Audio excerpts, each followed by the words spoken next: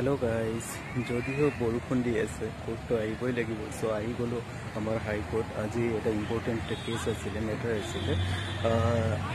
আমালোকৰ সিএম ছাৰে হিমন্ত বিশ্ব শৰ্মা ছাৰে যে আমাক এটা কি দিছিলে ৰুলছ আনিছিলে যে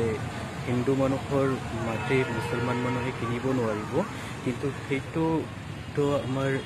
ডিসাইড কৰিব কোনে কনস্টিটিউশনে ডিসাইড কৰিব তো এইটো মেটাৰ এনেকুৱা মেটাৰৰ কাৰণে এজন মুছলমান মানুহে এটা হিন্দু মানুহৰ পৰা মাটি কিনিছে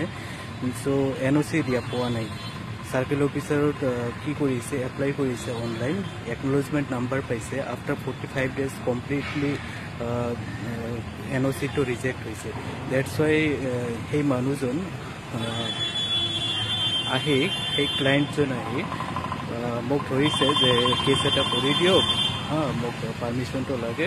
দ্যাটস ওয়াই মই কেছ এটা কৰি দিলো আজি হেতু শুনানি হ'ব কেছটো কি হয় মই জনাম আপোনালোকক আজি চাও সেইকাৰণে মই ৰাতিপুৱা সোনকালে আহি গলো এটাতো বহুত ইম্পৰ্টেণ্ট হয় so circle officer don't have the right na that's why we will challenge the matter in court